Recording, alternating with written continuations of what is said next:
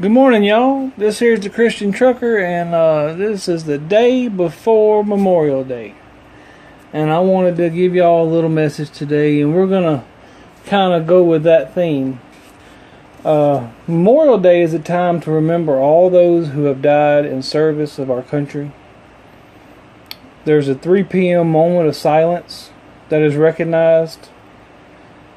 If you would, please stop about 3 o'clock in the evening and just take a few moments and say some prayers for those that are serving, and give thanks for those that have served and fought and died for this country and to help others. And the Memorial Day is kind of interesting. It started all the way back from the Civil War.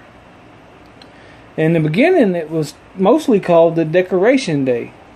Thousands of people gathered, and they would decorate the graves with flowers. And I guess today we should use flags and such for those of us that may have time to do so. But it's supposed to be a respectful day, a solemn day, a Memorial Day. I mean, a day to remember those that gave everything for each and every one of us, that enjoy the freedoms that we do in this great country.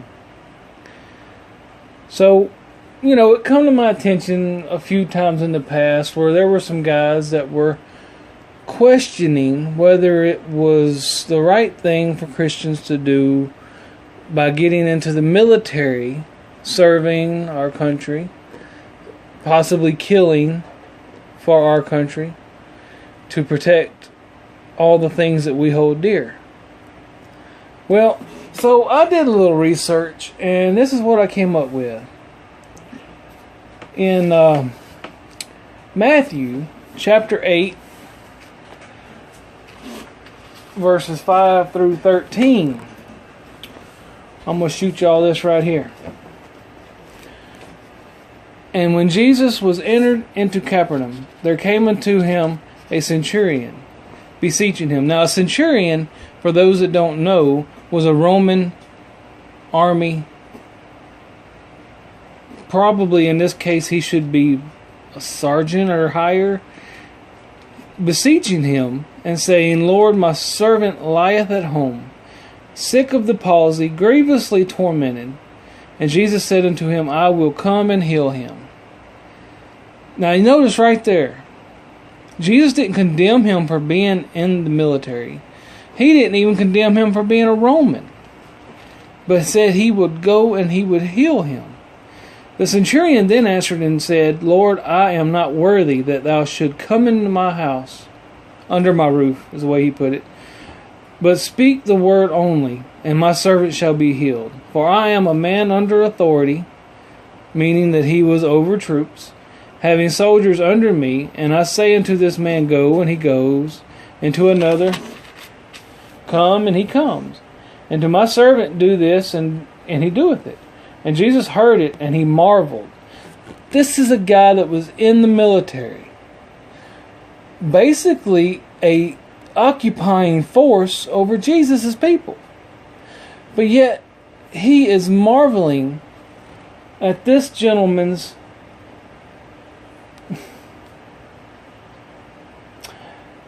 Jesus heard it, and he marveled, and said to them that followed, Verily I say unto you, I have not found so great faith, no, not in Israel.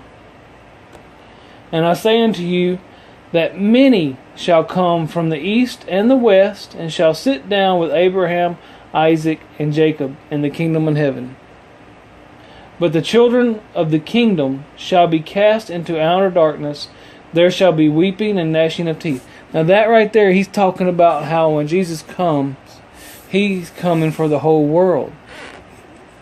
The Israelites were God's chosen people, and when Jesus comes, it opens up the faith to the entire world.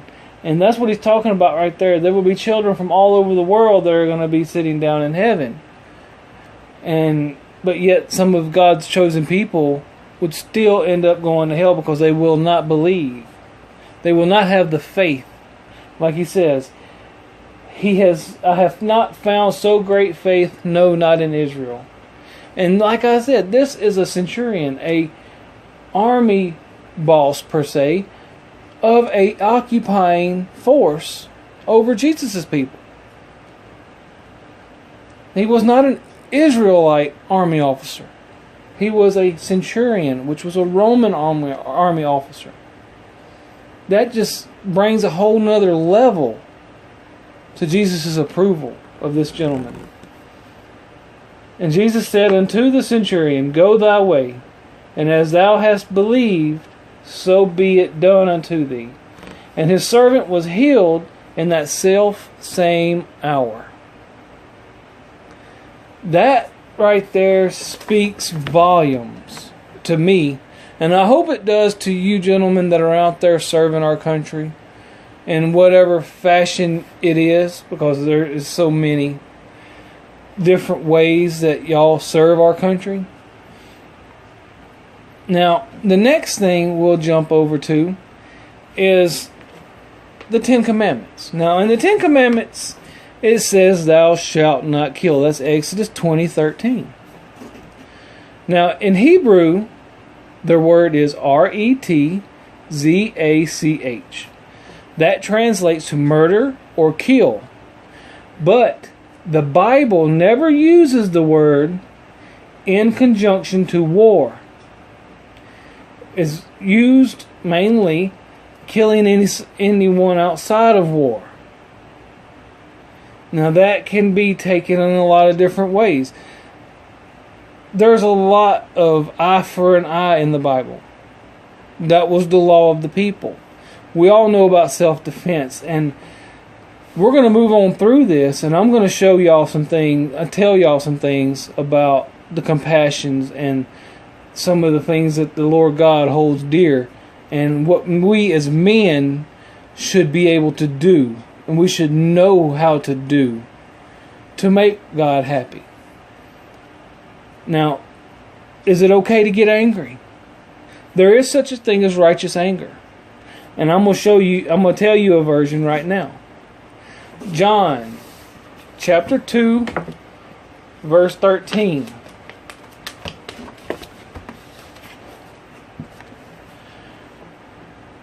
And the Jews' Passover was at hand, and Jesus went up to Jerusalem and found in the temple those that sold oxen and sheep and doves and the changers of money sitting. And when he had made a scourge of small cords, he drove them out from the temple, and the sheep and the oxen, and poured out the changers' money, and overthrew the tables. Not only did he get mad, he went and he made a weapon to drive these men, these people that loved money, out of the temple. I don't know about y'all, but somebody messes with somebody's money, that's pretty serious. He went and, you ever heard of a cat of nine tails? It's like a whip that's got different branches on it. And that thing can rip you up. That's basically what Jesus went and made in this story. He made a scourge of small cords.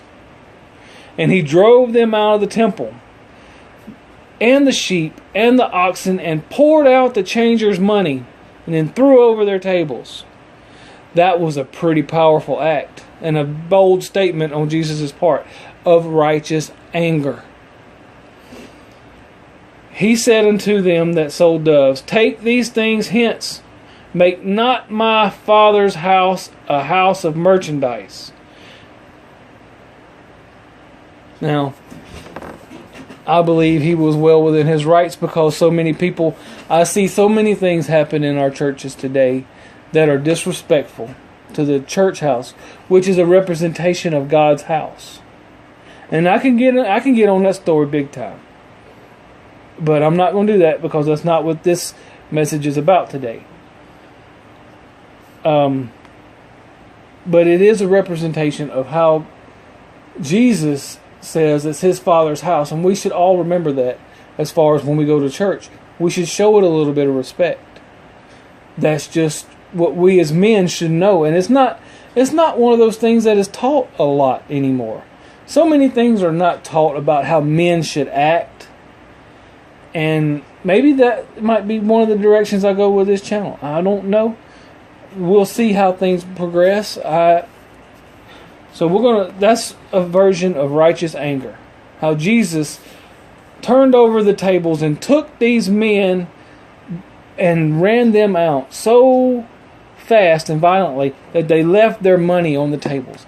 And Jesus poured out the changers' money and overthrew the tables with great force. That's awesome. Now, in James chapter 1, verse 27, we're going to talk about a pure religion. Pure religion and undefiled before God and the Father is to visit the fatherless and the widows in their affliction, and to keep himself unspotted before the world. Compassion, 1 Timothy 5, 1 through 16, tells of having compassion and to honor our elders, our young men, and our widows. To have compassion for somebody is to be able to put yourself in their shoes and to know the needs that they have. Widows with young children, orphans, all these have a dear spot in God's eyes. And He wants us as men, people of the church and of the community, to take care of these people. Not turn them out. Not watch them freeze to death on our streets.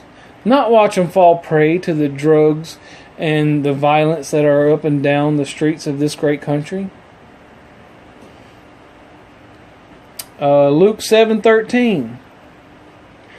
Jesus had compassion for a widow who had lost her only son. When He came in, she was crying, and He told her not to weep. And He walked over to the young man and He said, "Arise." And the young man did arise. Jesus had compassion for a widow because she had lost her only son. Now, can you imagine losing your only son?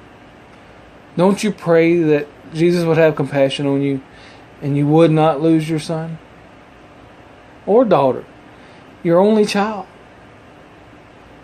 That is something that can destroy an individual. And Jesus knew this, and He saw her crying and sobbing, and He let her keep her son. That is more powerful. That is an awesome story to show you the value that Jesus puts on life and on the widows and on the orphans of this world. Because that child that He said, "Arise," that young man, he was fatherless. That boy's father had died, and all his mama had left was that boy. And Jesus had compassion and let him rise, so that woman was no longer alone. In Mark 9:42, let's see if I can turn over that right there real quick. Now, Mark 9:42, "And whosoever shall offend one of these little ones that believe in me, it is better for him that a millstone were hung around his neck and he were cast into the sea." And it goes on to talk about if the hand offends thee, you cut it off. But in 41, "For whosoever shall give a cup of water to drink in my name, because ye belong to Christ, verily I say unto you, he shall not lose his reward." He's telling you, you will be rewarded for being a giver. He's telling you to take care of the little ones, to don't offend them, because if you do, it's going to be bad for you. Really bad. In summary, I believe that it is each of our duty as men to defend ourselves, our families, our cities, our country, the weak, our orphans, our widows, the poor, the needy, the homeless. Those are the things that we should do. And if we as Christian men, even if you're not a Christian man, if you want our country to be better and to be great, if we would focus on helping those in our country that are weak and needy, our country would grow stronger and stronger and stronger by the generations. God bless. We'll catch you on the next ride. Happy Memorial Day.